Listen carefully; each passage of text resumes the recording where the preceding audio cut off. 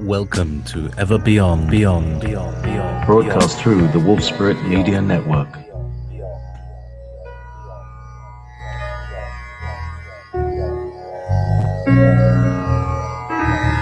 Be prepared to leave your belief systems behind as we go beyond teachers, beyond gurus, beyond duality, ever beyond, beyond.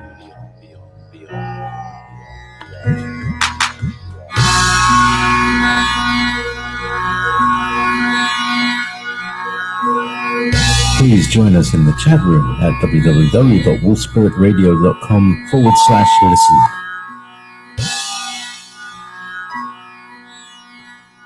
You're listening to Wolf Spirit Radio.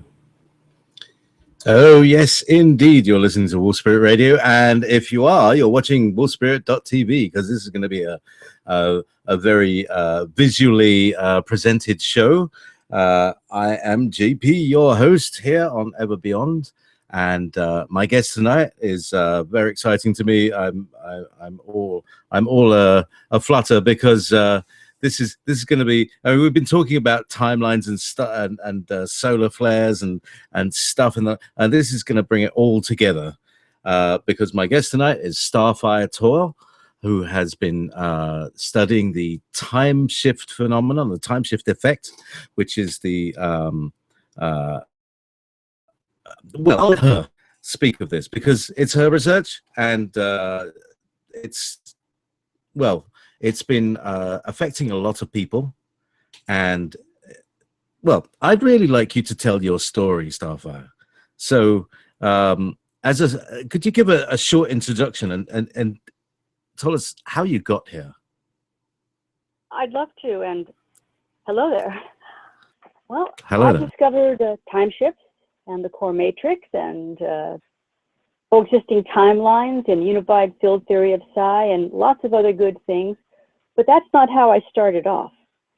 Actually, I was just someone experiencing some very interesting and unusual paranormal things and psychic things, and I was always very good at precognition and dreaming the future and sort of having visions, and I needed to know why. I wanted to know what it was. Back then, there was no internet when I was a little girl, and I so desperately believed that there was a science that could explain what this was. No scientist was actually taking on the cause. They didn't believe that there was anything called psychic, things or ghost hauntings, or that you could dream the future. But I knew these things were real. So I was actually a writer and a producer. That's what I was doing for my living. And at one time, even a science teacher, and trying to figure out what the science was to what I was experiencing was a hobby, and only a hobby. And my hobby grew and grew and grew. And the more that I researched, the more I investigated, the more people I talked to. I read every book. I went to every conference. I just went the gamut, but nobody had the answer. A lot of people were very satisfied with what they believed were the answers, but I knew that it wasn't science. And I discovered time shifts and the core matrix and all of that because I tripped over it. I wasn't looking for it because I never knew it existed. In fact, what I discovered is really the greatest secret that no one even knew existed. Certainly I didn't, and I pioneered it, so I tripped over it. And the way I did that is sort of interesting. I was having these sort of usual paranormal experiences where it seemed to me that things in my environment had changed. Some things were rather odd. It was a favorite shirt that was one color would suddenly be another color. Or a light switch that I always flipped up to turn the light on. Suddenly, you'd flip it down for the light to go on. Little things like that. Colors would change. Then it turned into, where did that building come from? Or I didn't recognize this. And I started to expand out, and I discovered that other people were experiencing the same thing. And then one day, I had a friend of mine over. He worked for NBC, and we decided to go up on the roof to do some filming of the night sky. And I had seen some what I thought were unusual lights in the sky, and I thought, hey, let's go up there and see if we can catch something on film. And we did catch something on film, and it was very exciting. And it was a particular year. There was a year and a time my friend came down from New York to do this thing. And years later, I decided to transfer the film to another medium so that I could better view it and better show it.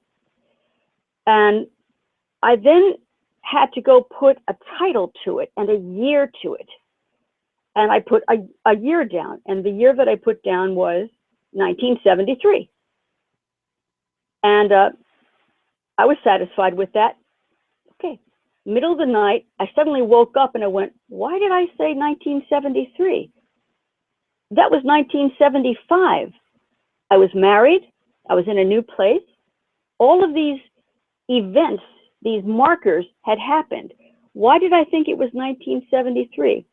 Well, it just so happens that this UFO event, unidentified flying object event, which we got on film, was also seen by a highway patrolman. And it was so unusual for a highway patrolman to see it. He was actually chasing it down the highway that it made the newspaper. Very unusual event. So I said, well, I'll go into microfiche and I'll go get the original article. I'll verify what the year was. I'll see if it's 1975, and and that'll be the end of that. I go into microfiche, and to my surprise, it was 1973. But in 1973, I had not met my future husband. I wasn't married. I wasn't living where I was. None of those things had occurred, and yet there it was, documented, that the very event that I had experienced in 1975 actually happened in 1973. What is this? The same event was happening in two separate timelines. I had evidence, incredible physical documented evidence. And this was the aha moment where I began to unravel the greatest mystery. I figured out about time shifts, the core matrix, coexisting timelines, timeline edits, reality shifts, time slips. Every single thing just snowballed one after the other. That's what it took. I tripped over it, literally. So there I was, and I spent 2 years trying to disprove what I had discovered. I was unhappy at what I had discovered because I was looking for the science that would explain the paranormal. I was looking for something that could help me hone my skills, something that would give me energy and power, and maybe I could teach it to others. But what I really discovered was something so complex, so different than anything else, that I knew that we weren't going to get control. That was out of the question. There was a whole other science that was waiting to be exposed. And I've spent the rest of my life doing that, Jay. That's exactly what I've been doing. I was just a regular person, and I discovered this thing that I never knew was there. And so I've put in decades of research and become the world's leading expert in all of these topics. And that's my story. So, beautifully executed and nuggeted as a preface to where we're going now. We're going to go for a journey, I hope. I believe I've seen a few of the, I have to be let people know, I'm really busy, right? So I only downloaded these in the last hour or so, so I haven't seen the whole sequence of this. So we're all discovering this together. Starfire is on a telephone. I am broadcasting on YouTube and Wolf Spirit Radio, and this is we've hooked it up. And we're ready to go. So, Starfire, we have the first slide. So we're on the TS ones, and tell me when to change the slide, and we can go ahead. Well, you can just go ahead and put out the time shift material and time shift effect. Good luck, because I cannot visually see it. All right. Okay. Well, I'll try and match the progress of your narrative with the slides that we have. Go ahead. I have faith. I do. All right. Well, I thought that the journey that I would take you all on would be something about what time shifts are, what I discovered, what it means to all of us, and how it impacts all of us. Now, remember, I've been doing this for decades, and I've been thrilled that I've been able to share this with the public for all that time. So I've got kind of a history, and I do teach it. So hopefully I can do that now. The first thing I want to talk about is something that I call the time shift effect. And the time shift effect describes any phenomenon, any enigma, mystery, or event that can be explained by the activity of time shift, the core matrix, timeline edits, coexisting timelines, and I'll be explaining what all that is. And this includes something that I call the unified field theory of psi, which is what I discovered is the science to everything psychic and everything paranormal. Anyway, part of the time shift effect also includes some key coined phrases called the time shift living dead, time anomalies, time travel, something called time slips, the altering of geophysical features and the altering of physical features. I know that some of you have reported that you've had these experiences before. The altering of a familiar place, the altering of personal items in your life, even the altering of what you look like or how you feel, the altering of others, the altering of historical events, alternate realities, which are actually coexisting timelines. Then we have something called dual coexisting timeline memory conflicts. That's when you have a memory of something happening in a completely different way than history shows it to be.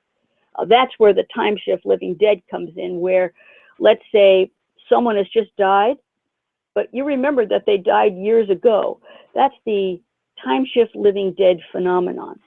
So this also leads into this dual coexisting timeline memory conflict, is what I call it, leads into the ability to have precognition.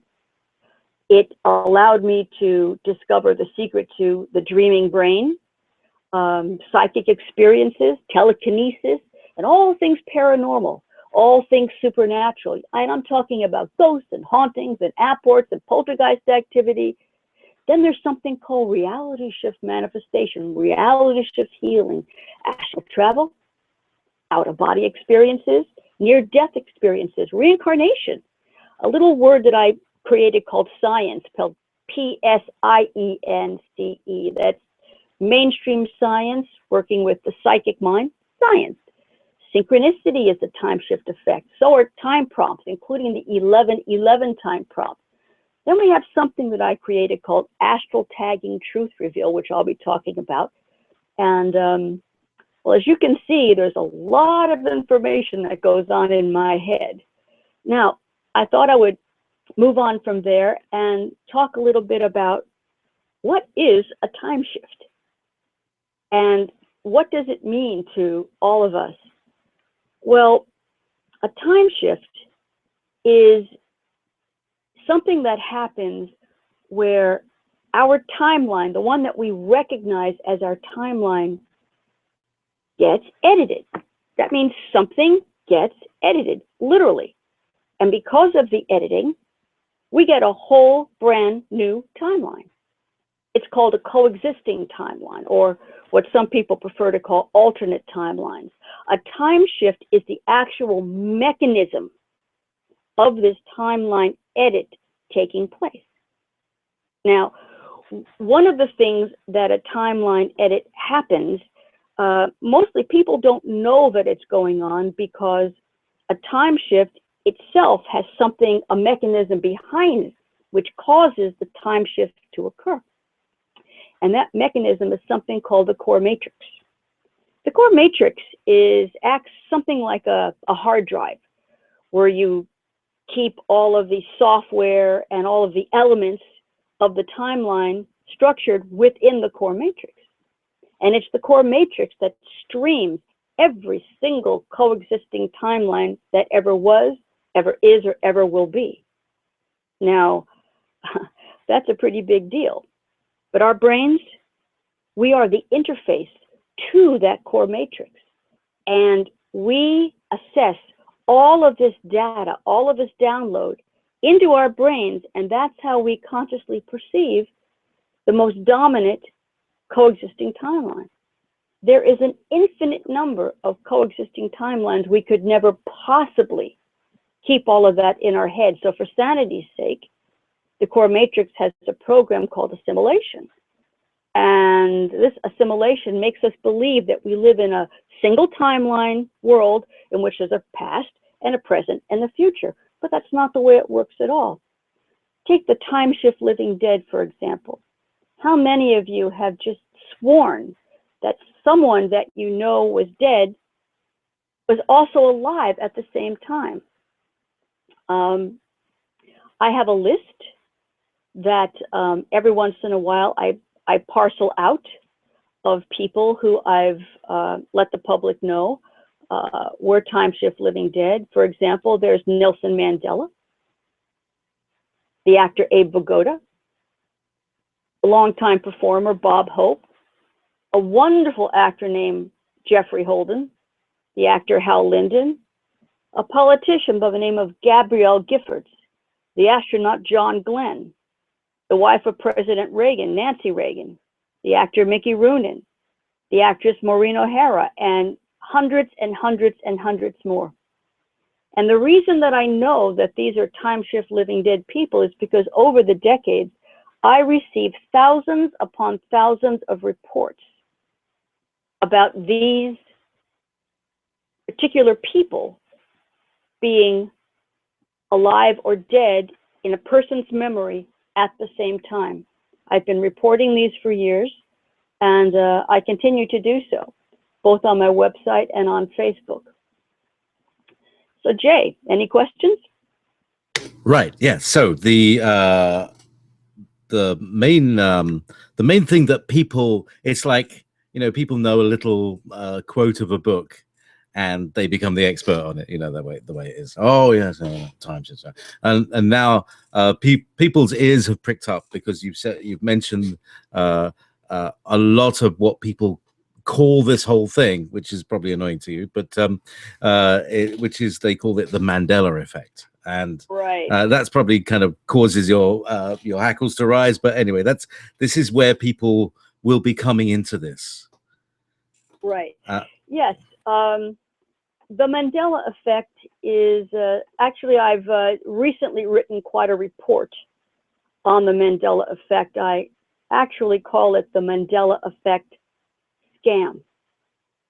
And I'll mention a little bit about it here with you, JP. And anyone who wants to know more, please go to my website to read the full report on this. You know, I've known about the Mandela effect for a lot of years, and mostly I've left it alone.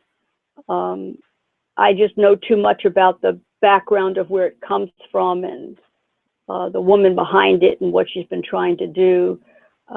It's unfortunate, but what has happened is many, many years ago, I was the person who introduced Nelson Mandela, Time Shift Living Dead, to the world. At the time, my work into time shifts and the time shift living dead, which is a time shift effect, was very well known. I taught this, and in the doing of this, I incorporated just a little white lie. I did this little white lie in order to protect the integrity of my research at the time.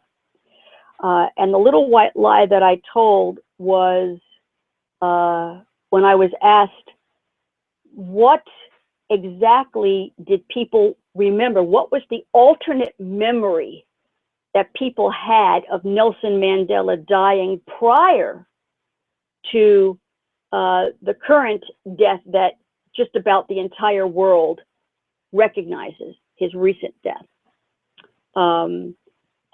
That was on December 5th, 2013.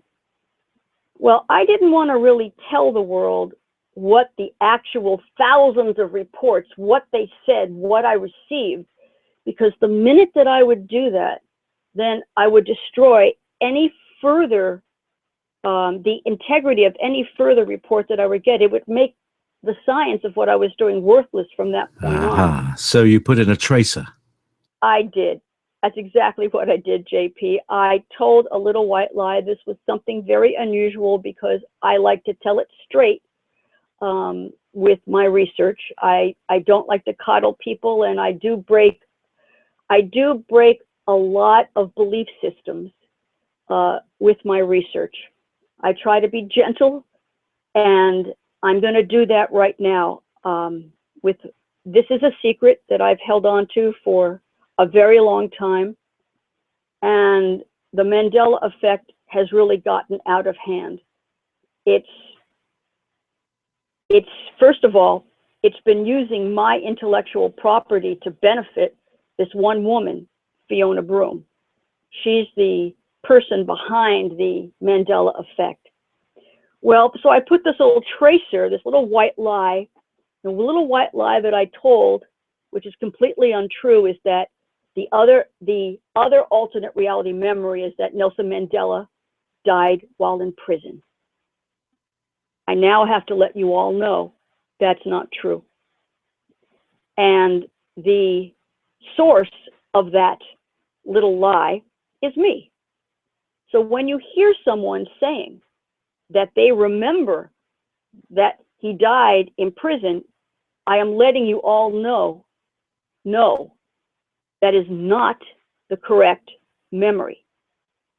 That is either a contrived false memory that was developed by people from the little white lie that I told, or people are just out and out fibbing because they heard me say it, or the information was passed down the line. In fact, I'm sure that there are a handful of people who are telling this piece of information, not even knowing what the source is.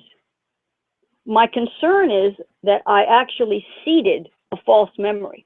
When I started off with the little white lie, in no way did I intend to create a false memory event. But apparently that's exactly what I did, and I have never, ever done that again in public with my research. I've never seeded a falsity in there. Now, please understand that the Mandela effect website, I call it the meme and scheme, was designed strictly to promote Fiona Broome. It does not promote any evidence or truth about alternate realities or alternate reality memories, and it most certainly does not promote the truth about the Mandela effect. Sadly, my research was hijacked, but I myself was edited out of everything. When you go to the Mandela Effect website, you're not going to find anything about me. As far as Fiona Broome wants you to know, it's a mystery that has never been solved. In fact, every alternate memory that she throws out onto her website, most of which I just proved years ago, are not mysteries, because I've either proven those that are authentic and I've disproven those that are not. But Fiona Broome does not want you to know this. She doesn't want you to know where the source of the Nelson Mandela information came from. And believe me, she knows. This is documented. She knows who I am. She knows about my research. She knows that I'm a source of the Nelson Mandela time shift living dead information. And she knows what she's done.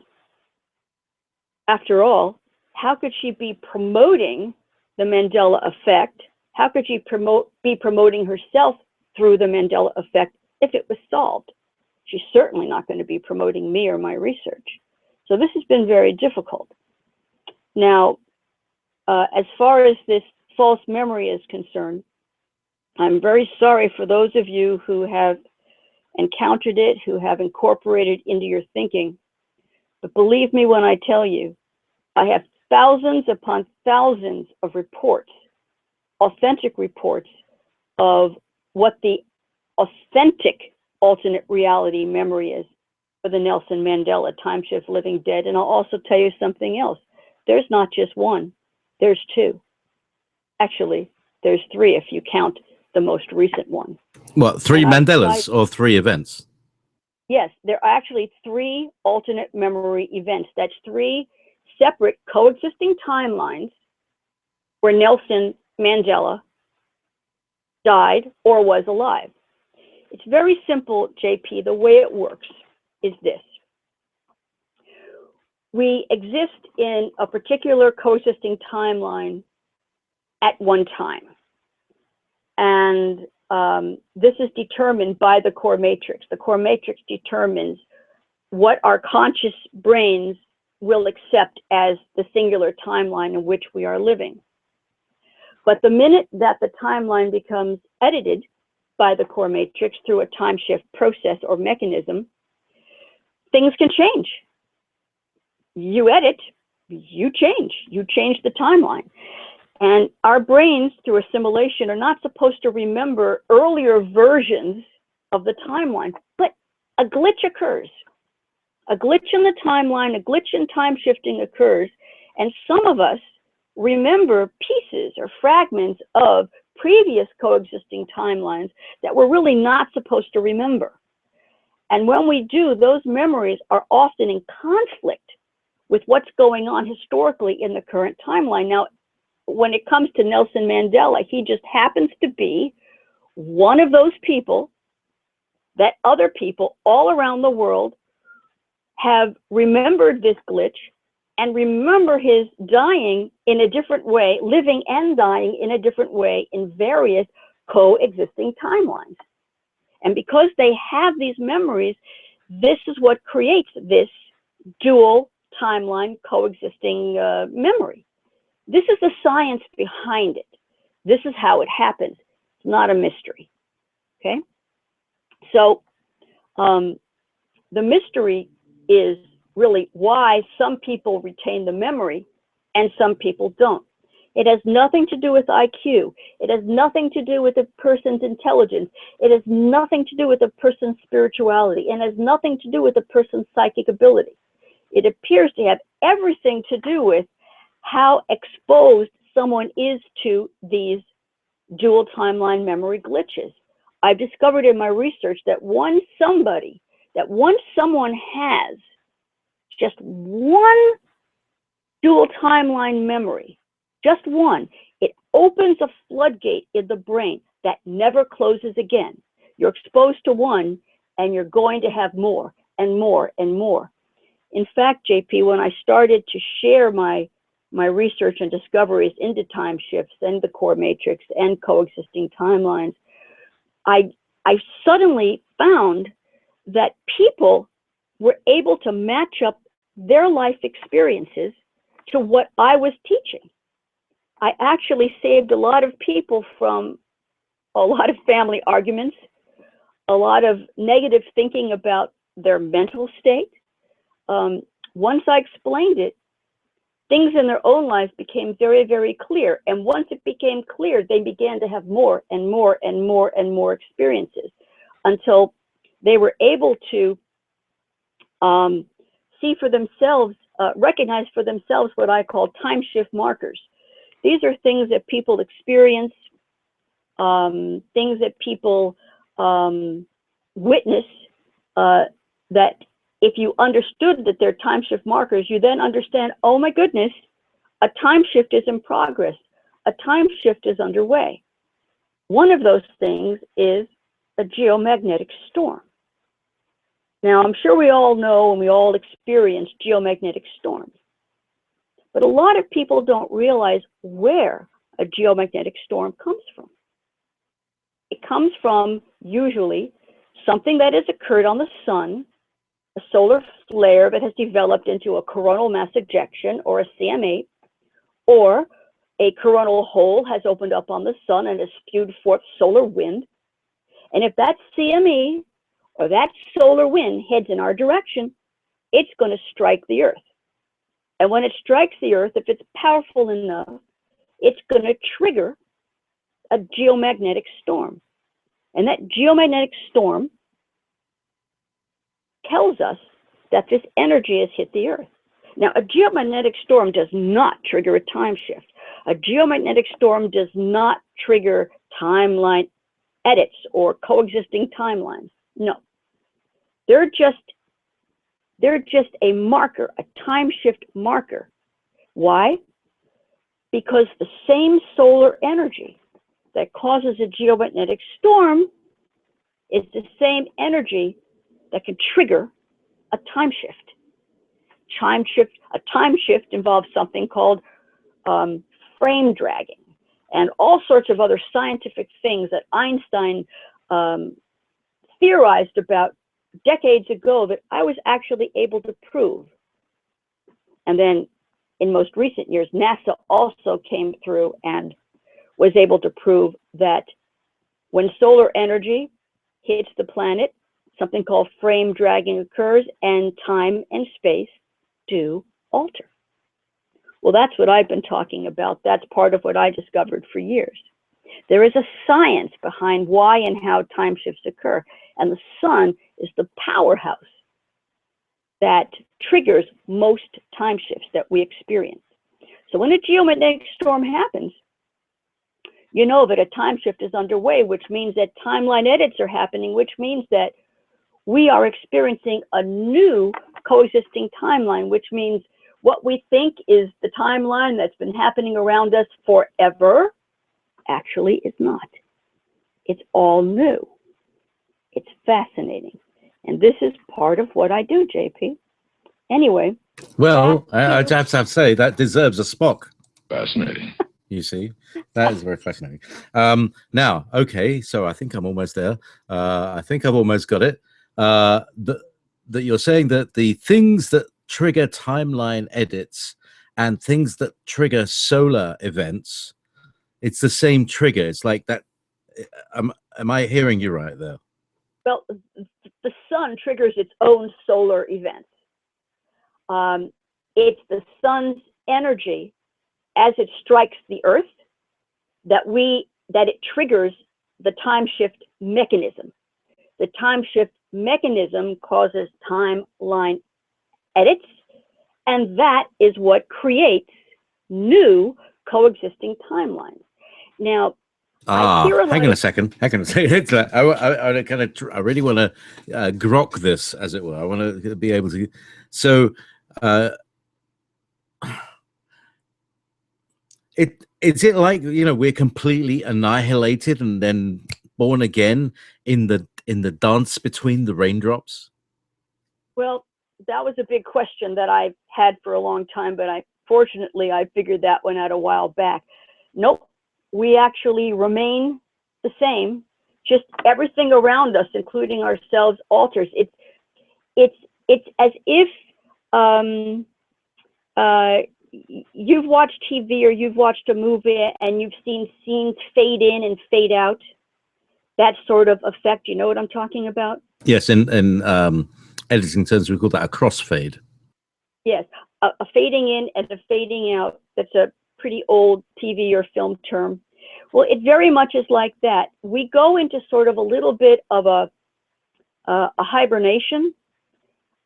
We keep functioning, but everything around us, like I said, including life around us, changes. Even we can become a time shift living dead in some of these coexisting timelines. And then it's like we go offline. We're okay. We're fine. Switches flip. We go back online. These are analogies, please. We go back online and our consciousness is back up and running. All right. However, there is something else that happens that's a little bit more desperate. And this is called a core matrix prime directive reboot. This happens when the Earth is completely destroyed. And this has happened in time. And the Earth is completely destroyed. The core matrix has a program, and its program is to continue life. And so we get rebooted completely, and we are totally offline. Everything gets restructured from the get-go, and we come back online fresh and new. I couldn't possibly tell you what we were before that. I just know that we've had many reboots in the past, most recently in 2016. And that was due to something that I call a time loop. There was a nuclear disaster, a time looping nuclear catastrophe that kept rolling and coming back, coming back, coming back. And every time that the core matrix would edit the darn thing out of our timeline, it would reinsert itself. And then so we'd go through the whole thing again. We would have a nuclear disaster, the Earth would be destroyed, and we get rebooted, we'd be back online, and the whole thing starts all over again.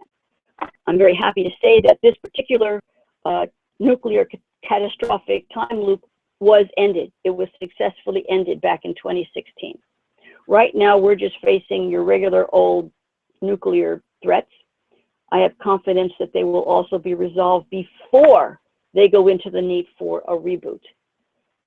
Back to the Mandela effect, however, just to wrap that up, I did not appreciate Fiona Broome, the person behind the Mandela effect. I did not appreciate her hijacking my research. I did not appreciate the fact that she created it based on a falsehood that I told.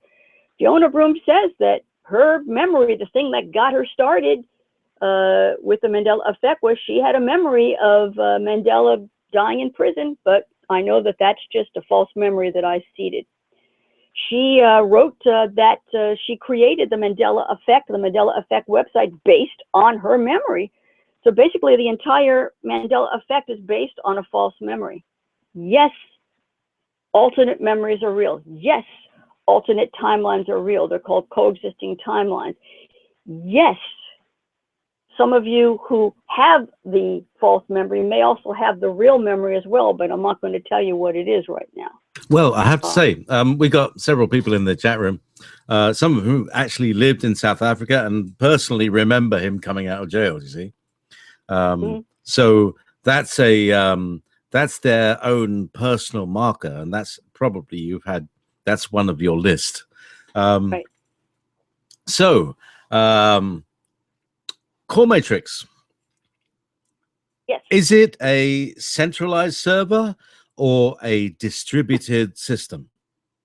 Well, I'm an old IT guy, and I think you grok that. I found that talking computer lingo helps people to visualize and understand what the core matrix is. It's really very simplified what I'm saying, but it works. Here's what it is. Here's what I discovered. Sometime in the long ago, our universe, our cosmic everything as we knew it, something happened and we were absorbed into this mega black hole complex. Now, if you know anything about black holes, you know that mostly once something gets pulled in, very little of it ever comes out. Scientists know now that there are jets of energy which can escape, but for the most part, when something gets pulled into the gravitational pull of a black hole, it gets compressed to an unbelievably small atomic hue. An entire cosmos becomes the size of a little atom. And what it was can never be again. But something very interesting happens around some black holes, particularly rotating black holes. They develop something called an ergosphere. And an ergosphere, particularly a rotating ergosphere, happens to be able to capture some of the elements of what the black hole is sucking in through its gravity. It sort of stops it from going into the black hole, and it takes it into its rotating ergosphere. And this saves these elements from being, well, destroyed. Just think of it now. Once you go into the black hole, you're not coming out. Just think in those terms and you'll get it straight. So here you have this ergosphere, and what happens is the elements that have been captured, they're just fragments. They can never be the entire cosmos. They can never be our entire world as it used to be, whatever that was. But our entire cosmos works on a theme called life.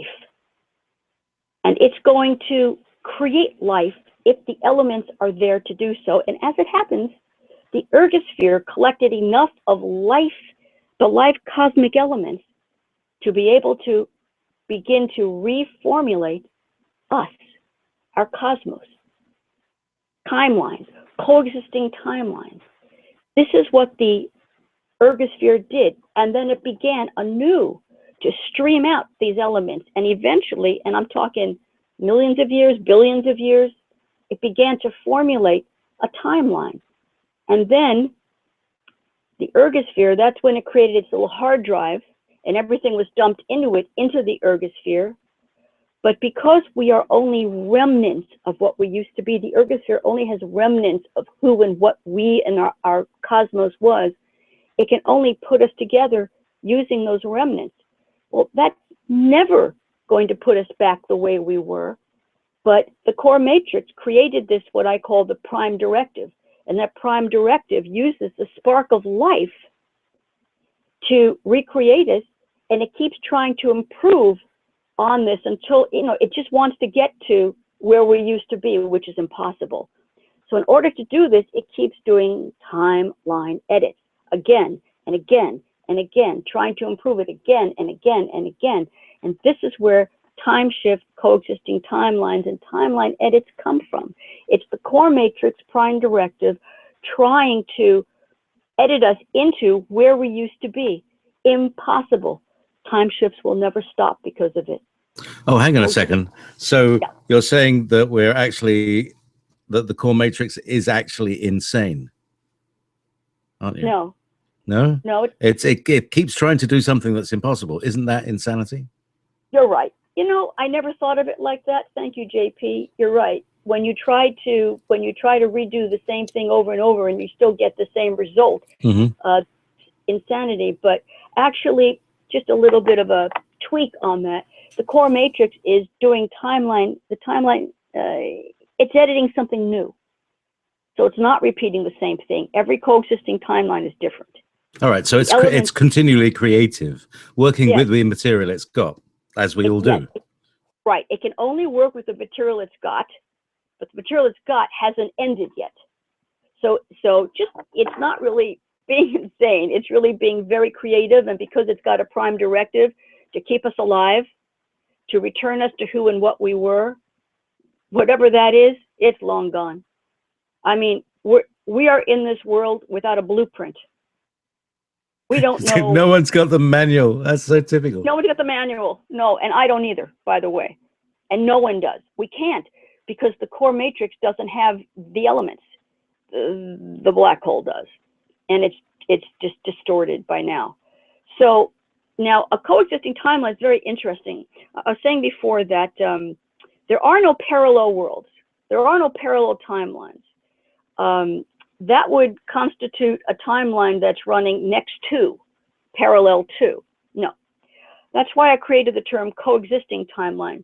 They're coexisting because every single coexisting timeline actually exists in the same space. And they're only separated by their individual frequencies. It's like this. Talk about radios. The old type where you would tune in your radio station based on the crystal and how it was built. And so You would tune into whatever station you wanted to hear. But hey, wait a minute. All those stations are streaming. They're out there. They're broadcasting whether you're tuning in or not, right? You can say yes. Absolutely. Yes, indeed. Okay, they are. So so think of coexisting timelines as just one of those radio stations, except billions and billions and billions of them. So our brain, which is, as I said, the interface to the core matrix, it's also the interface to our coexisting timelines. So depending on which coexisting timeline we are able to tune into, that's like tuning into the radio station. Well, the core matrix determines which is our dominant coexisting timeline. Dominant only meaning it's the current one that we're consciously being told, this is it, this is your life, this is your timeline. But other than that, a nanosecond from now, we could be in a whole new dominant timeline. And I'm sure that while we've been doing this show, it's happened untold number of times. It's constant. So when you're thinking about coexisting timelines and you think about them having their own individual frequency, basically what the core matrix is doing, it's causing our brain to tune into whichever coexisting timeline it wants us to. And believe me when I tell you, there's no such thing as timeline jumping. I've heard that one before. You cannot choose the timeline that you want to live in if you're sane. You cannot trigger a time shift. You need the energy from the sun. No group, no beings, not even time travelers can't do it. It takes a lot of power, and the sun is that power. So even amassing all the minds on the planet cannot affect the time shift, cannot alter the core matrix. There's other things that we can do, something called a reality shift or reality shift manifestation. It's a very natural process for a human to be able to alter our localized world. That's natural. That's part of the science of the core matrix. So that's how, prayers, wishful thinking, healing, there are lots of ways that we automatically just tune into and make a reality shift happen, but no reality shift can trigger a time shift. Those are two different things, okay? So a reality shift does not trigger a time shift. It does not create a new timeline. It can just alter what's happening in your localized world. It's a very interesting thing, but it's a natural phenomenon. I've taught people how to do this, but it's actually natural to humans. People do it every day, in every way, mostly without even knowing that they're doing it. Okay? Has it ever happened to you, JP? Where just something that you needed to find, you needed to do, you needed to contact someone, all of a sudden, 10 years ago, you haven't heard from them in 10 years, and suddenly they're on the phone calling you? Starfire. Starfire. That's a reality shift manifestation. I rely on it. Right. It's a natural ability. Some people can do it consciously. I think it's a DNA strand, Yes, actually, very, very much so. But I teach it. I discovered the science. I did not discover the concept of reality shifting. That just came along way before me. What I discovered was the science of how it works. So I created protocols, reality shift protocols. I even taught, and I still do, how to actually do reality shift manifestation, actually to produce objects. Years ago, when I first came onto the internet, and I came onto social media, and I started off with lists, with a research list called the interdimension list. I was talking about and teaching about reality shift manifestation, and so I asked everyone to suggest 3 items that they want manifested. In other words, has to appear. Now, reality shift manifestation, as I said, is a science, and here is how it works. Let's say you have an object that you want to manifest. Let's say it's, make up something, JP, something that is normal in your life that you want to manifest, just an object. Think of one. Well, an X-Acto knife, very box cutting, you know, sharp knife to do something. All right. With. Okay. Let's say you want to manifest an X-Acto knife, but you don't have one. Okay. And but an X-Acto knife is something that's usual. It's normal. Have you ever owned one? Oh, many, because they break, Okay. and you know exactly. Perfect. That's what I'm saying. So that's normal for you. Perfect example. Okay. Now, in more than likely every coexisting timeline in which you've existed from the first moment that you ever held an X-Acto knife, there are all of those coexisting timelines in which there is a JP who owns an X-Acto knife. Do you get that? Okay, I'm with you so far. Even though you don't have one right now in this dominant timeline, in other coexisting timelines, you had X-Acto knives, okay? So that means that I can focus in on you holding an X-Acto knife, but in a coexisting timeline, I have to go find you in that coexisting timeline or 80 coexisting timelines where you have possession of that X-Acto knife. I teach how to do that. Then, once you do that, you do what I call a copy paste. We all, you know, practically all of us use some sort of a word program, and we can copy paste a sentence, a word, a whole book, and we can move it unadulterated from one medium to another without corrupting it in any way, shape, or form. It's an exact clone. When you copy paste, you don't take it away from the source that you got it from. It remains, right? Yeah. So if you're copy pasting a sentence from something, an article that you're reading on the internet, you copy paste it, but you haven't taken it away from the article, it still remains, right? Yes, indeed. It's the same way when you're doing this in a coexisting timeline. I teach the brain to copy paste the exact,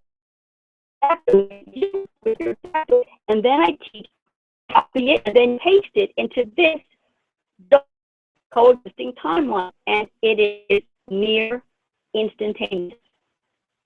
You do it, and it will appear in your possession absolutely in the blink of an eye. Okay? That's because the X-Acto knife exists in all these other coexisting timelines. You're extremes these timelines. You're copying it, you're pasting it, you're doing the localized editing. But guess what? It's legal. See, there are rules to reality shift manifestation. You can't like say, hey, I want a yacht. Well, hey, wait a minute. Is that really something that you're supposed to be having, that you deserve, that you have in coexisting timelines? Reality shift manifestation does not create something from nothing. It copies it from coexisting timelines. So that, like I said, there are rules. So you cannot use a reality shift manifestation to win the lottery unless you're that person that won the lottery in X amount of coexisting timelines. You can't and you shouldn't be using it for that. Now, so in my experiment, which I ran for years, I've had hundreds and hundreds of people, particularly this one experiment that I did through my research list, where they suggested 3 items. And so we agreed on a list of about 50 items.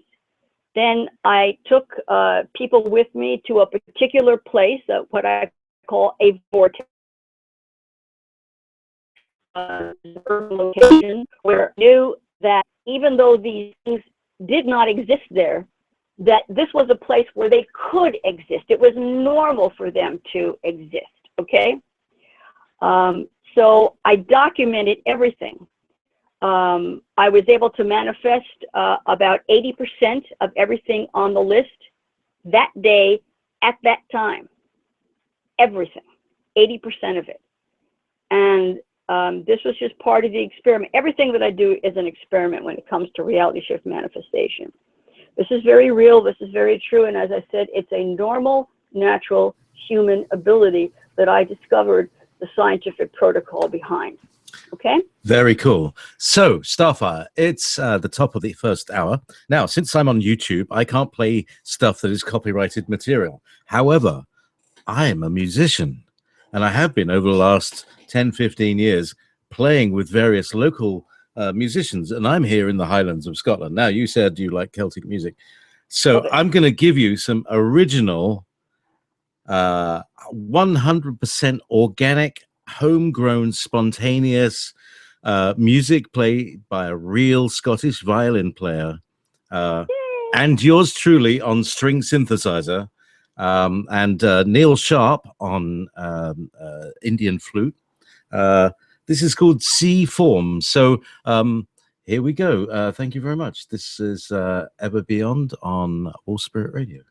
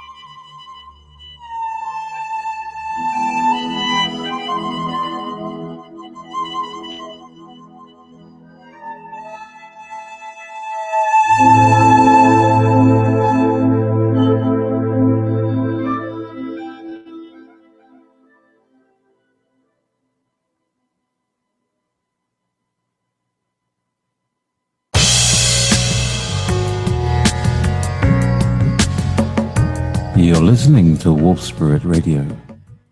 Indeed, Wolf Spirit Radio, Ever Beyond Radio, and wolfspirit.tv on YouTube, Studio 9 Jam. So that was actually recorded in Studio 9. That's what I started out as a musician and a music recording engineer. And that was part of, we did a jam every Friday night. And that was just like, there were just three of us in the room and that happened. That was a lovely moment. So anyway, as I said, homegrown and organic Celtic music. I'm on with Starfire Tour. Are you actually? No, where are you gone? I'm not. Let me just call her. Oh, no. Where did it go? Oh, dear. I just called. All right, give me a second. You know, I just disconnected her. Let me just call her again. How did I lose that number? Oh God, can't believe. You know what I've just done? I've just hung up on my guest. So let's just I can't put that on. Yeah, have some of no, I can't do that. No. Give me a second. Have some more of this.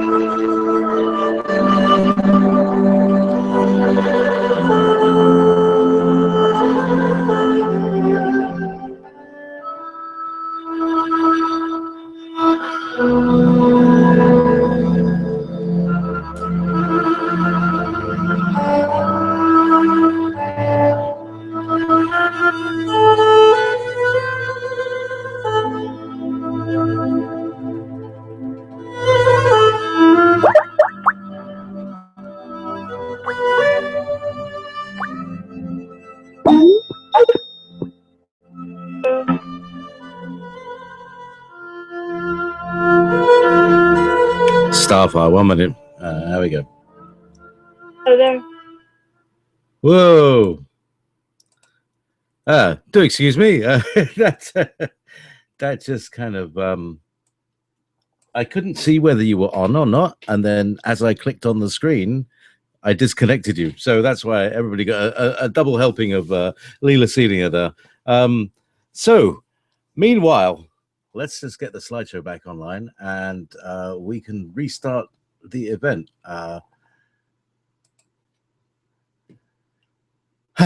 Okay, so I've got a picture here of you're talking about healing, reality shift manifestation. There you are, laying in a hospital bed. What's that all about? Oh, well, but before I tell you, I just want to say I loved your music. Oh, thank you very much. I have everybody. I've I played want it. Okay. It's somewhere. It's somewhere online. You know, you can Oh, download it for free, and it's somewhere. I'll see if I can dig it up and pop it up on my right. SoundCloud. Right. But anyway, Leela Senior people, it's just brilliant. Anyway, so Starfire Tour, time shift effect. Right. Well, you were talking about reality shift healing, That's right. and you asked me what I'm doing in that hospital bed in that photo. That was back in 2014, and I was near death. For years, I had developed a part of reality shift healing from the reality shift manifestation protocols, a way to use it, but specifically to help, well, heal people and animals. I had some pretty good successes, not completely 100%, but I had, I would say, about a 85% success rate on what I tried to do. Everything, by the way, that I do, I consider an experiment. I don't charge anything for it at all. I just want to help people.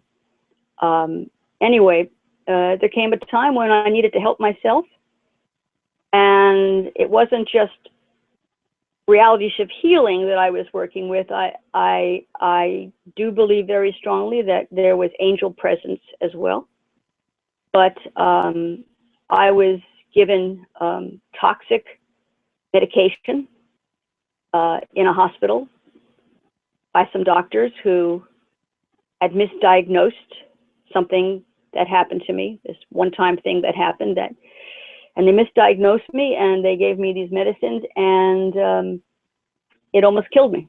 And I was very near death, as I said, and I did the reality shift healing for myself, and hello, JP, I'm here today. So you managed to move on to a But no one's ever happened to me. It's never happened. And it's about retuning your frequency. This is one of the big questions I've always had, because people say, oh, you raise your vibration, you lower, something's vibrating. What is the thing that is vibrating, and what frequency is it vibrating at? What is its note? What is color? What is its texture? Well, frequencies and colors and notes, that's an important part of everything that we do. Sure is. But, yeah, but when it came to this particular reality shift healing, I did two different things. You have to try to keep in mind that I was near death, so my ability to function strongly, cohesively, was limited.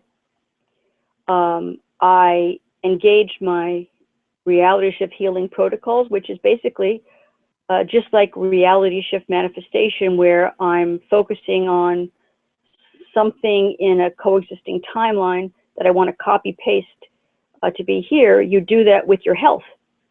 You find a time where you are healthy, where you don't have the affliction that was thrown upon you, and you copy paste it. And when you do, you have the same effect.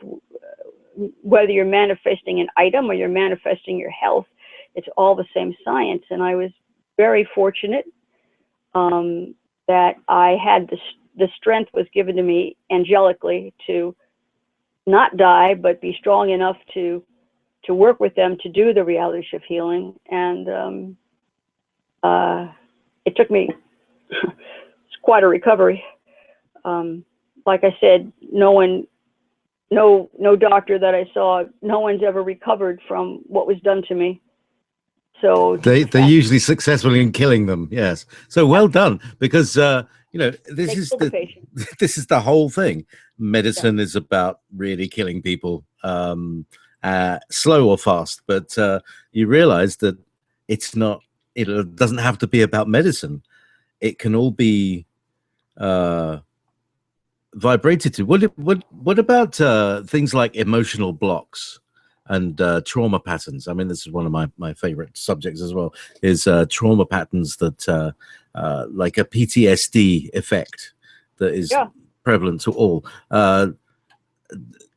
Is it? I mean, because here's a couple of things. I've done some of these ideas. Like in my mind, I create a room where I say I'd like to speak to the JP that is very wealthy, for instance. And there he I imagine he steps out of the room, and there he is, in a nice suit. And he said, "Suit yourself," he said.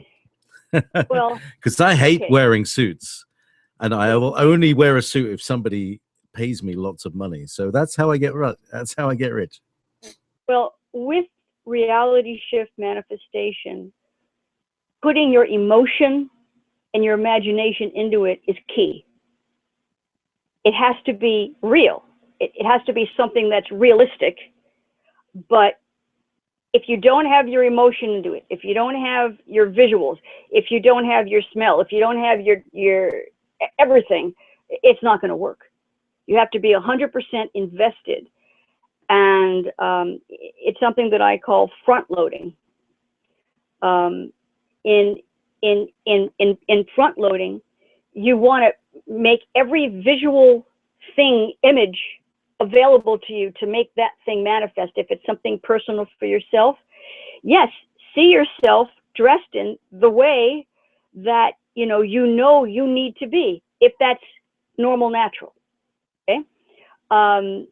If it's right for you to be doing a particular work or a particular job or meeting a particular type of people or person, or even meeting the love of your life, all that is completely doable. But your imagination and your feelings are completely there. So that's, moving into that front loading, that's what you're talking about. That's what I call front loading. Is perfectly great, but that's only the beginning. You then have to manifest it, not just leave it to the winds or leave it to the fates. Well, that's my opinion anyway. So now here's one of the things that I experience. Go ahead. I listen to things on my headphones, and I read streams of text on multiple screens in front of me. And sometimes the person might be saying something in the middle of my head, and right in the middle of my field of view is exactly the same word that person is saying at that moment. Yeah, a synchronicity. Yeah. So a synchronicity is actually part of it's a time shift effect. All synchronicities are the core matrix during a brain calibration, so that your brain is as in sync as it possibly can with all other coexisting timelines in which you exist. So that's what's happening. That's what you're experiencing. Whether it's the 1111 time prompt or the 4444 time prompt, or what you've just said, or you're going down a highway and you have on the radio and the DJ says a word, and all of a sudden there's a sign on the road and the same word is blazoned across it. Those synchronicities are all synchronicities are calibrations of the core matrix, calibrating the brain to the various coexisting timelines, and that's why you experience them. And it's a good thing. Oh, that's good. It's a very good thing, because what that means is your brain is not completely 100% fooled by there being just, one timeline that has a past and a present and a future. Your brain is open to these, what I call these time shift glitches. And if you're open to synchronicity, that means you're open to more synchronicity. And the more synchronicities that you're open to, well, have you ever had a precognition, a vision or a dream that's come true? Whether it's a conversation that you have with someone or anything? Have you ever had that happen? Several times a day or week nowadays. These things, and they're also happening to my friends and people I know. Yes. All precognition is tied into the core matrix. You see, Because the brain is the interface to the core matrix, our brain downloads everything. We don't store it, but it's moving through us. The core matrix, as I explained earlier, has an assimilation program so that we don't go insane by trying to remember and download every single timeline element that has a coexisting timeline attached to it. But in precognition, which I do all the time, I have a lot of documented ones. Let's say I dream of something. Let's say a plane crash. I have no connection, really, physically or personally, to that plane crash. But then, within the next hour or the next day or so, that plane crashes. What just happened? Well, that's one of the paranormal things that actually got me going, that I tripped over and discovered the core matrix and time shifts. I discovered the science behind it. Because our brain is the interface to all of this data and information, we are actually accessing that event, that plane crash, in a coexisting timeline that happens to be time-wise running slightly ahead of where our time is in our dominant timeline. That's why I call it a time shift. Time shifts from coexisting timeline to coexisting timeline. So from my coexisting timeline, I am downloading and visualizing an event that's happening seemingly in my future, but it's actually happening at that moment in that coexisting timeline. I'm starting to get this. I hope everybody else is getting it. This is, it's a very good perspective on it. Keep going. Right, that's the science of it. And by the way, Starfire, just before the show, you contacted me exactly at 14:44 Pacific. I did? Yeah. And I said 444. Yeah. There you go. Perfect. Very perfect. And thanks for noticing it. Oh, noticing these things is also part of your brain expanding and opening up, because this whole time shift, core matrix, coexisting timeline thing is the greatest secret, but it's right there. And the more that you notice it, the more that you look at these time shift effects, these synchronicities, oh wow, the more experiences you're going to have. And what I'm talking to you right now, it's going to be a piece of cake. It's just going to be the most natural thing for you to be thinking about. It's just, oh yeah, that's what happened. That's the science of it. All makes sense. Oh, you know what I would love to do, JP? Since we're talking about precognition, I would love to share what I consider my most profound precognitive event that I ever had. Now, I precog 9/11, that's not it. I've precogged so many things, but there's one in particular that has so affected me. And that's the crash of United Airlines flight 232. The plane crashed on July the 19th, 1989. And on July the 15th, I had a precognitive dream. I always know when it's a precog or an astral or an out-of-body experience, because it's as if it's very real. It's like I am there. So I always know that when I have one of those types of dreams, that's precognitive and it is going to happen. So on July 15th, 1989, I dreamed about this plane crash. I wrote it down and I published it. Okay? 4 days later, on July the 19th, 1989, United Airlines Flight 232 crashed. Well, because I wrote down the essence of what I saw, I was able to match it up to the actual plane crash, all of the details. When I had this precognition event, it really wasn't unlike any others that I had. I mean, from my perspective, I was doing what I normally do. I was in flight. I can fly in these things. I'm just free flying. And I was watching this plane. Unfortunately, at the time, I could not tell what airlines it was. But I watched the approach of a very large passenger jet. It was obviously in trouble. I have a long history in my precogs of not only seeing plane crashes, but sometimes I believe I've been able to stop that plane from crashing. So that's always my goal. Particularly when I have a precog, it's in advance of the event. So here I am, and I'm watching this large passenger jet in trouble, and it's every once in a while it just starts to drift, and I give it a little bit of a psychic astral nudge, so that it goes back on course, because I can see the runway, I can see the airport. So I'm having a really good feeling. My feeling is, and what I'm looking is, I've nudged it. It's gonna land. It's at the airport. It's going to land. And all of a sudden, horror, this plane does not land. It hits that tarmac and it goes into flames, and it starts rolling, and people and everything are flying all over the place. There's a cornfield that's right there. Now remember, I've published all of what I'm telling you, okay? There's a cornfield there. And I'm going, oh my Lord. So I fly over to where this disaster has settled. And, I see a lot of death, a lot of carnage. I see that in a lot of my precogs, and this was no different. The plane's on fire, it's in pieces. But the odd thing is that I see survivors. Some of these survivors have landed in a cornfield.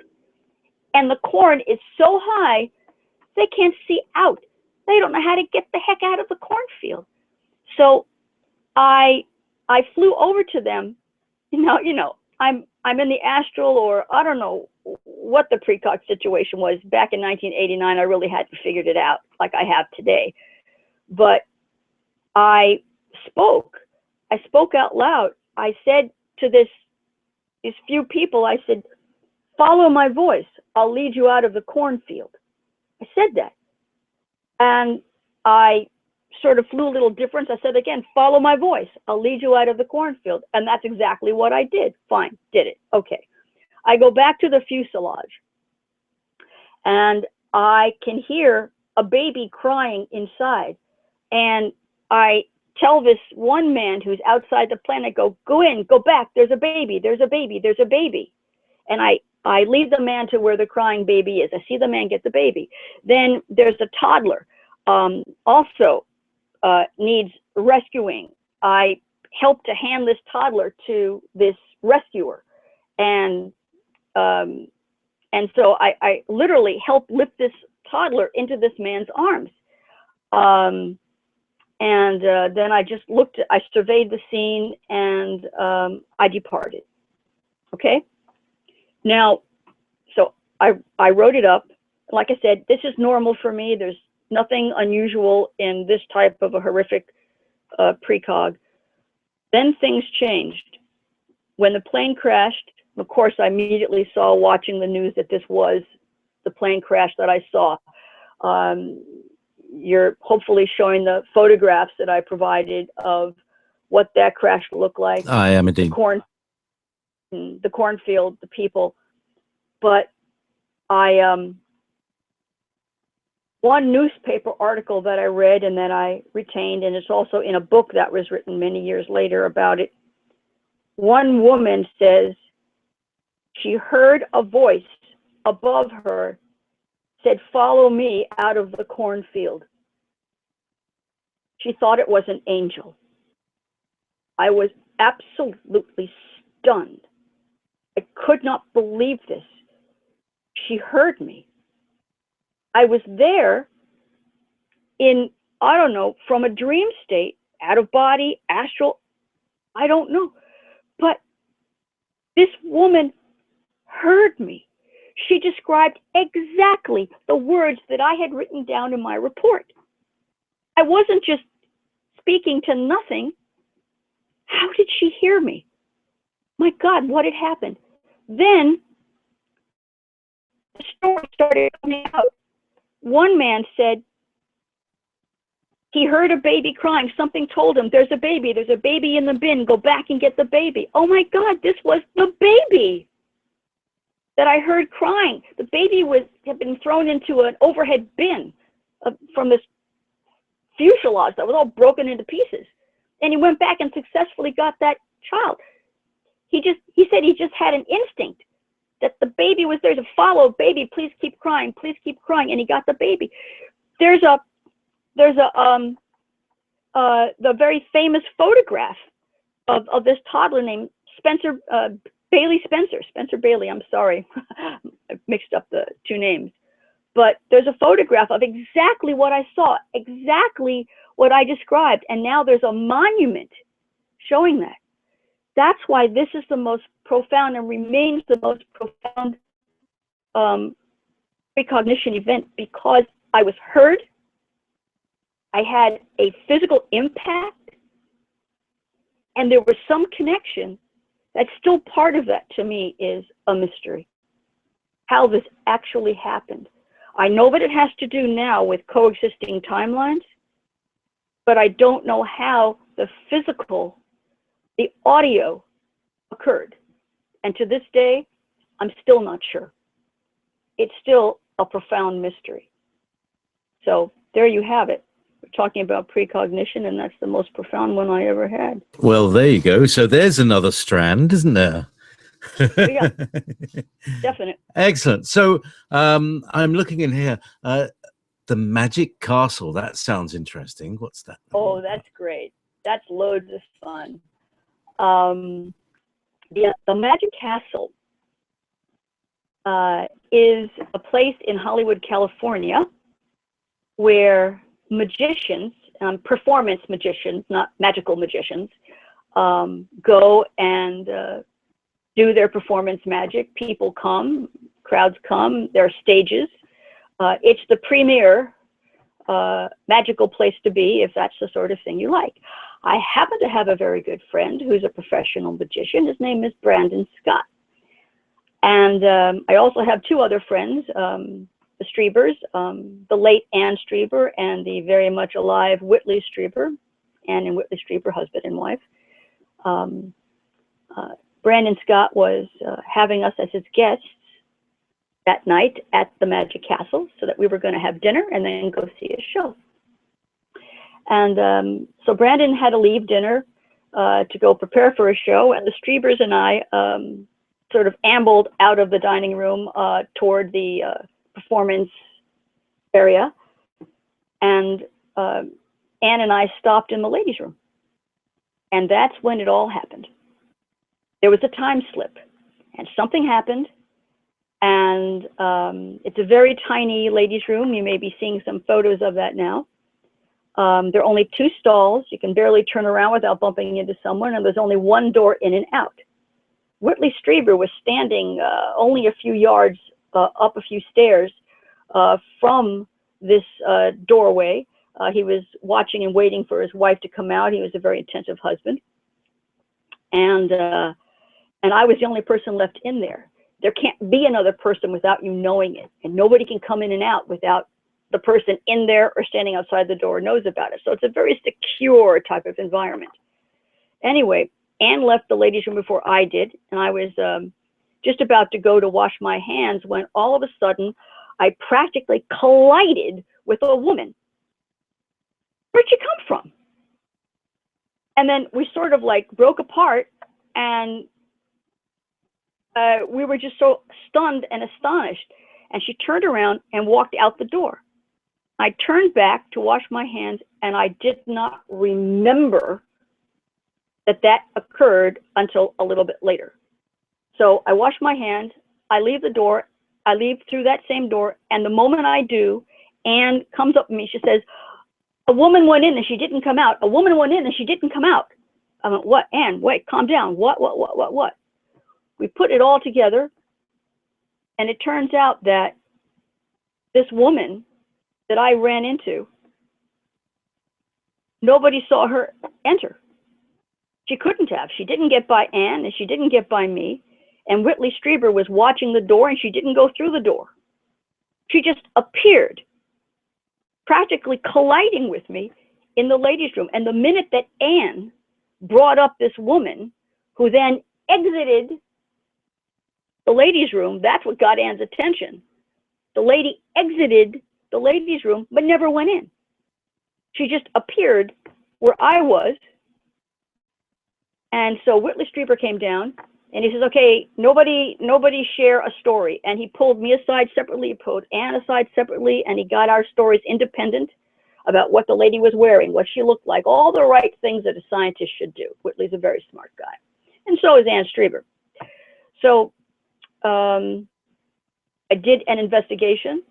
From what I was hearing, I didn't think that this was a time shift event. I didn't think that this was a reality shift manifestation event. I thought that this was a time slip event. And I immediately went into research mode. I investigated it. It took me a little bit of time. Brandon Scott helped me. And what we discovered and proved is that this woman did appear in the ladies' room from nowhere. That was a timeline edit gone bad. And that happens in this world a lot. Suddenly you're driving down the road. Another car comes from out of nowhere, practically in your space. It wasn't behind you. It wasn't on either side. It wasn't in front of you. Where'd it come from? It happens all the time.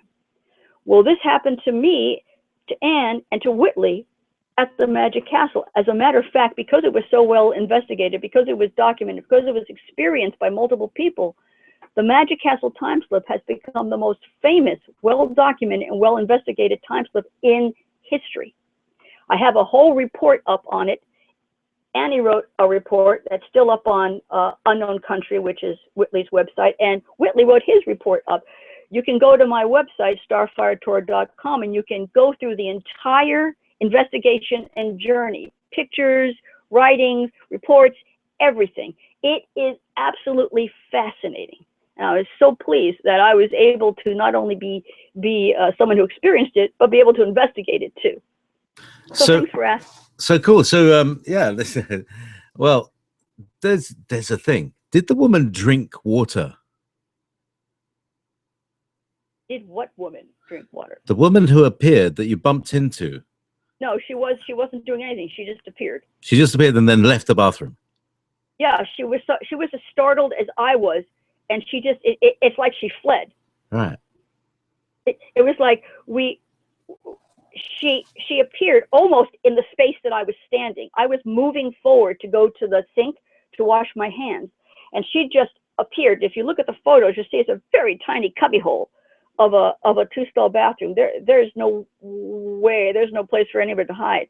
And since this was actually the Magic Castle, with the Magic Castle's permission, I actually did this very intense, in-depth research. And with Brandon Scott, we proved that there were no hidden doorways, there were no trap doors, there was no way for anybody to get out of this place. It is called the Magic Castle.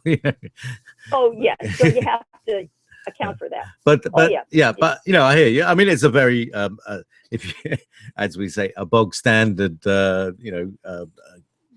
venue right. bathroom. Let's use, right. Well, let's use that euphemism that you use in America, the bathroom, and it's covered with all sorts of pictures and magazine clippings and things like that. Right. Well, the interesting thing was, I believe that we were dealing with a real person who had just been edited into the timeline. So upon her description, Brandon Scott actually thought he recognized her, that she was a performer, a magician's assistant. So he went and tracked her down, and he did. And I told the Striebers and Brandon, don't anybody say anything. I have a way of interviewing people who have experienced a time shift, and let me do it. Just watch, and I can get the most information. And so right in front of them, I interviewed the lady. She remembered, practically colliding into me, could not remember how she got into the bathroom, was very startled, and she just left. She didn't even know what she was doing there, how she got there. She wasn't a ghost. She wasn't an apparition. She wasn't a doppelganger. She wasn't a poltergeist. She was just a regular person who got edited into the timeline, or I got edited into her timeline. One of those two things happened, and we almost collided. Fortunately, we did not meld. That would have been a very terrible situation. Here's the thing. Could it be that she was the subject of an experiment by a magician of teleportation of some kind? No. No. Is it possible also Well, that no. timelines can be consciously manipulated such that a thing might like that might happen? Well, you know, once I realized what happened, remember, I have decades of research experience on this. I did ask the questions that you were asking. First of all, when you talk about a magician, let's differentiate. If you're talking about a performance magician, somebody who makes a, you know, who does it, you know, who tricks people for a living, no, they can't do a thing. They have no powers beyond prestidigitation. If you're talking about the type of magician who's like a wizard, there's no reason why they can't do reality shift manifestations. But as far as time shift, related time shifts, no human or group of humans can cause a timeline edit like that. Cannot be. That can only be a time shift. So that I knew. She was that's the thing about this, JP. It's ordinary stuff. I know it's just like it would be, nobody would notice. It would, you know, if she hadn't have bumped into you, you'd have just thought, oh, she must have been very quiet and just left, you know. I don't know. I didn't even remember that it had happened until Anne Strieber told me that the lady exited the ladies' room and nobody saw her enter. That was, had it not been for Anne Strieber, none of this would have ever been documented, because I forgot it because of the core matrix assimilation program, and the woman who had the other experience, she also just fled the scene, and then midway through a stride, I guess she forgot about me too. But the minute that we came together, we remembered it. Listen, this happens to people all the time. There are authentic stories of people who have actually found themselves in another timeline, in a town that no longer exists. They're there for a day and they leave it and they can't find it again. There are authentic stories of this, and this is just one of them. This is how it happens. It's not unusual. The only unusual thing is that our memories remained intact after Annie retained her memory. She was able to jar ours, and we were all able to put it together. Otherwise, it just would have been assimilated by the core matrix program, and it would not have been remembered.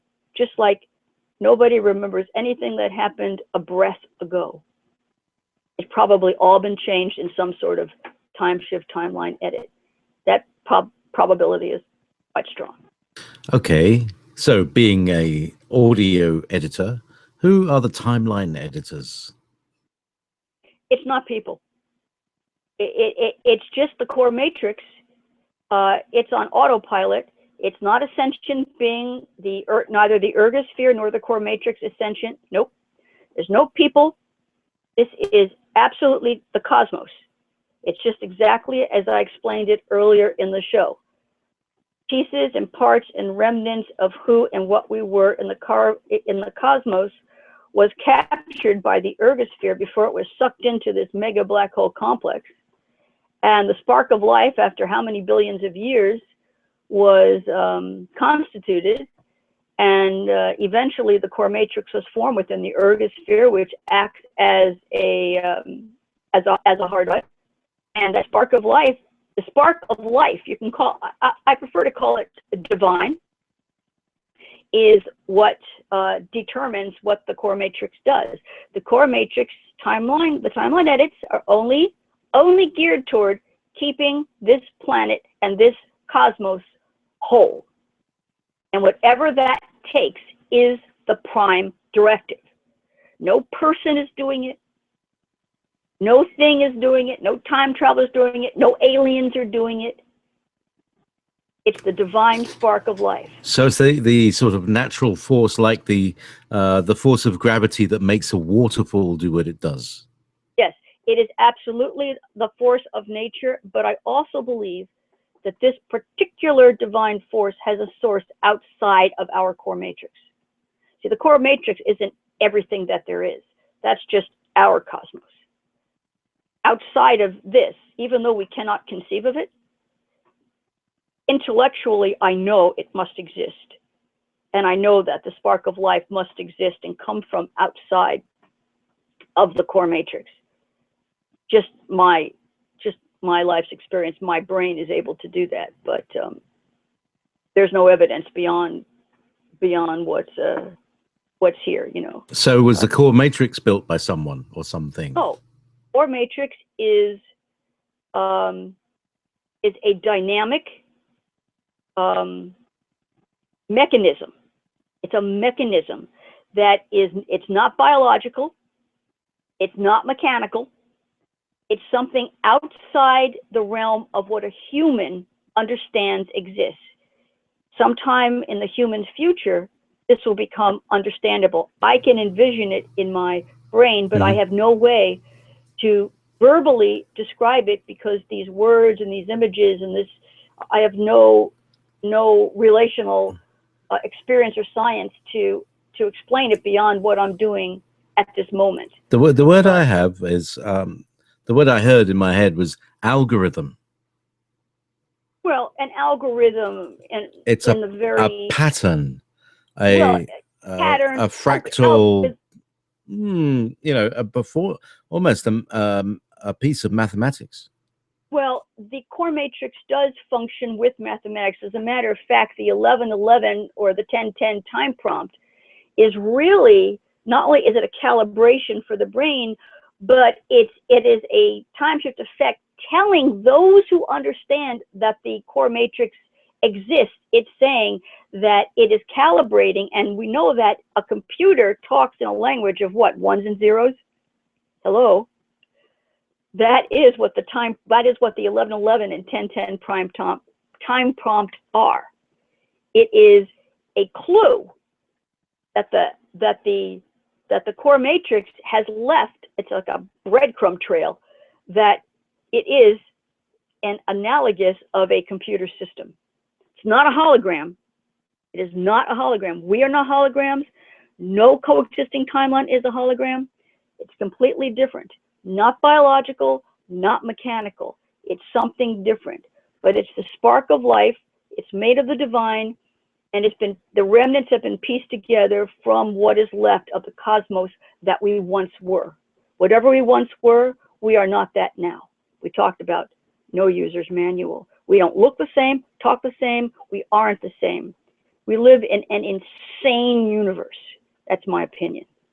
We, you know, all the different belief systems, religions, who are we, where are we? None of these things should be a mystery. We should have a relationship to the truth of who we are, but we don't. That's a big red flag that tells you something is hidden, something is missing. We came into the world with a whole chunk of what we need to know gone, and we're never going to have it. We do our best, but we're never going to have it, JP. The elements aren't there. If they were there, I think the core matrix would have already imbued our main coexisting timeline with it. So does the core matrix require an upgrade or a reinstall, as we would use it? No, the core matrix, well, as long as the ergosphere and that black hole complex exists, it exists as is. The only thing that changes are the streaming timelines and the editing of the timelines. That's all that changes, and that's a really big change. The core matrix itself grows by virtue of the creation of these coexisting timelines. It has to handle all of the data flow of what it's putting out there. As a matter of fact, I consider precogs and visions and information that just comes, I call it side data download. That's my phrase for it, because that's exactly what it is. There are some places on this planet that I can walk into, I call them vortexes. I can walk into and I can get a side data download of so many things and get so much information. And then there are other places where that avenue is shut off. And these vortexes where I get the side data download, believe me, they're not sacred places. I can be in the middle of downtown, wherever. If it's a vortex, it works just fine. You don't have to worry about being in some fancy schmancy sacred place for this to work.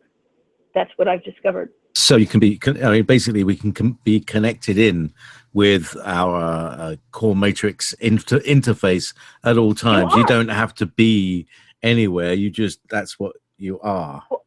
You are the wet software. You are the that interface. You are what the core matrix lives for. And also, it's not just our planet, it's the entire cosmos that the core matrix is handling. That means every ET, every life planet, every dimension, everything the core matrix handles, but does not determine. The core matrix doesn't decide who's going to be president. The core matrix doesn't decide who lives and who dies. The core matrix doesn't decide any of these things. It's all the timeline. They are determined. The edits are determined on what keeps us alive. The core matrix prime directive. Now, I think I sent you a little something called astral tagging. I think we have a few minutes left, so would you like? Yes, absolutely. I was just on there. I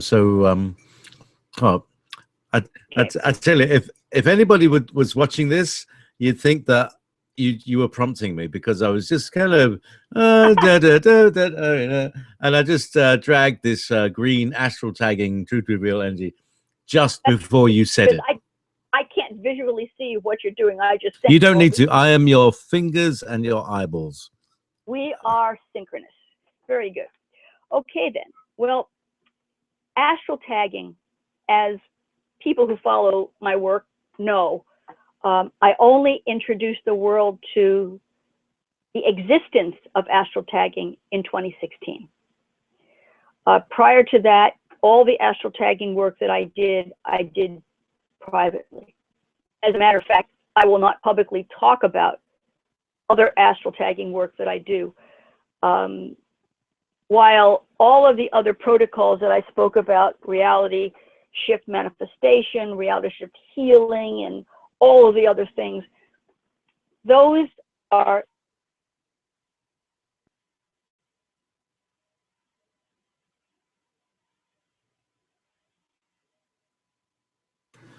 now. That's why I don't like Hotmail. That was a silly thing. Are you still there? Are you still there, Starfire? I am, and so is the music of the spheres. Yeah, that's the music of the Skype. That is. I don't know where that came from. Somebody just. What was it? Somebody just called me on Skype, and I'm not online on Skype, but I've got a Hotmail address where I was looking at our communications, and suddenly it burst into Skype Life. It's like Skype is protruding into Hotmail. Oh my God. As if things weren't weird enough. Do excuse me. Meanwhile, back at the core matrix prime directive timeline reboot.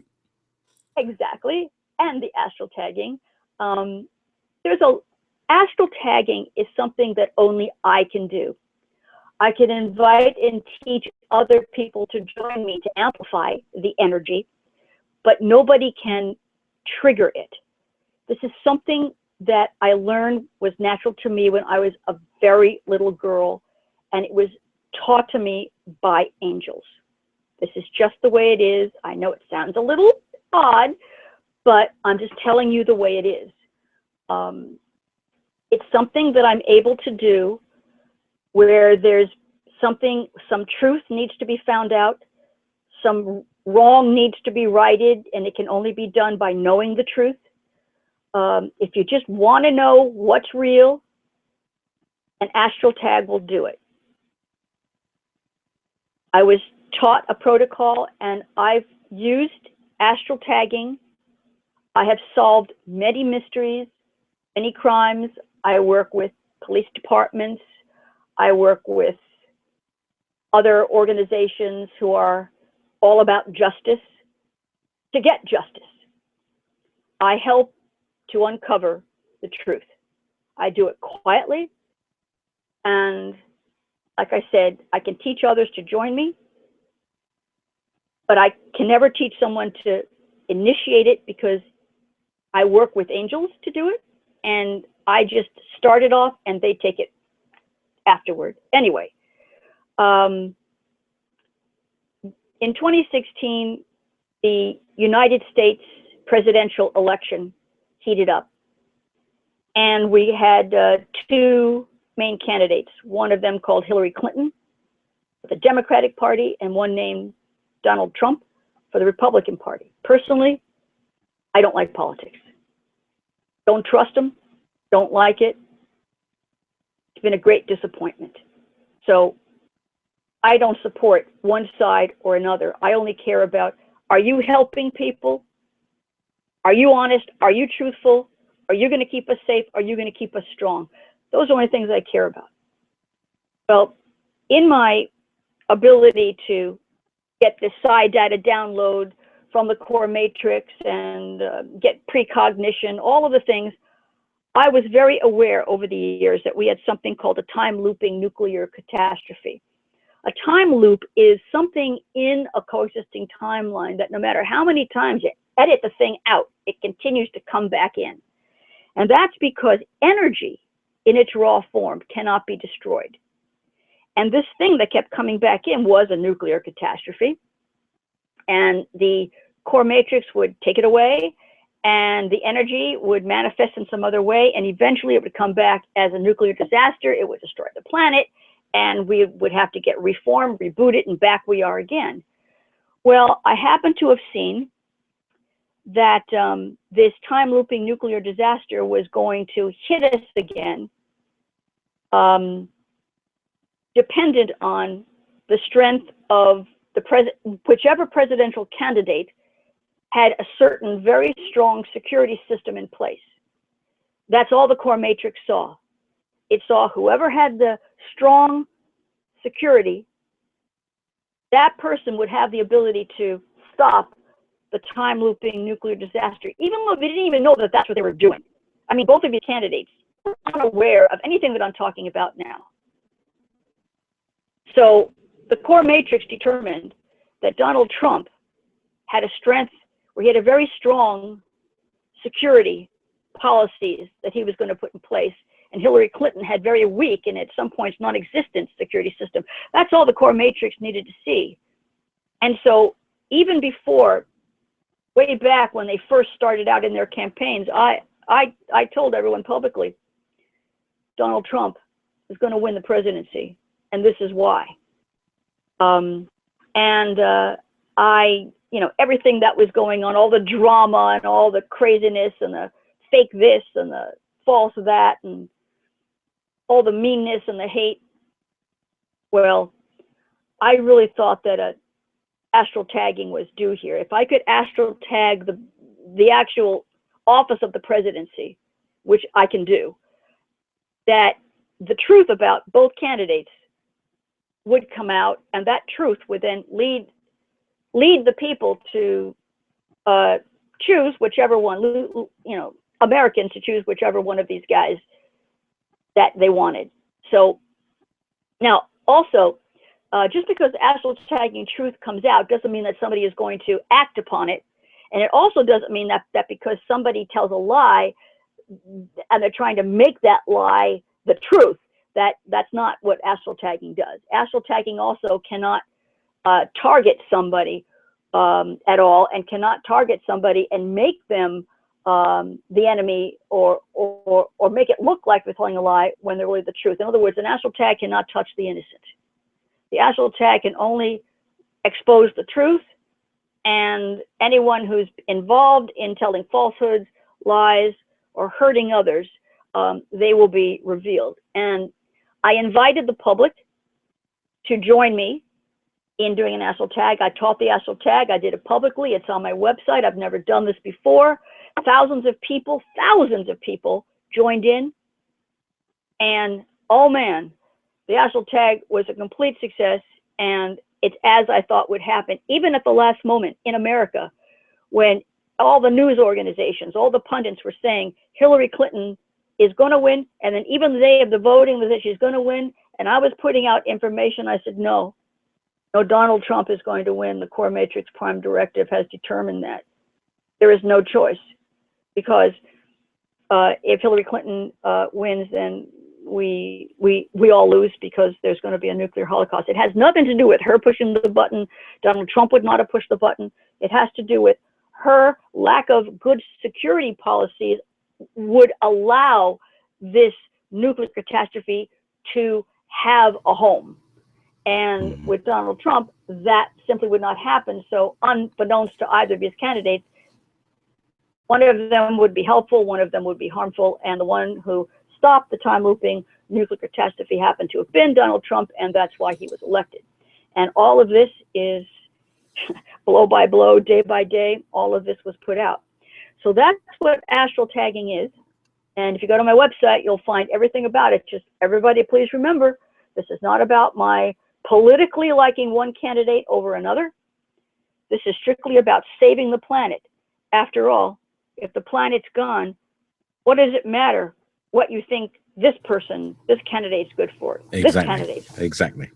Doesn't matter. Starfire Tour, the Chord Matrix has determined that we have run out of time. What a fabulous show. Thank you so much for coming on. Thank you, Jay. I hope you enjoy the resultant video. It starts off a bit slow, but it gets going. So thank you so much. And this we're hopefully joined by Frank Jordan and the World Healers next up. Thank you. This was Ever Beyond.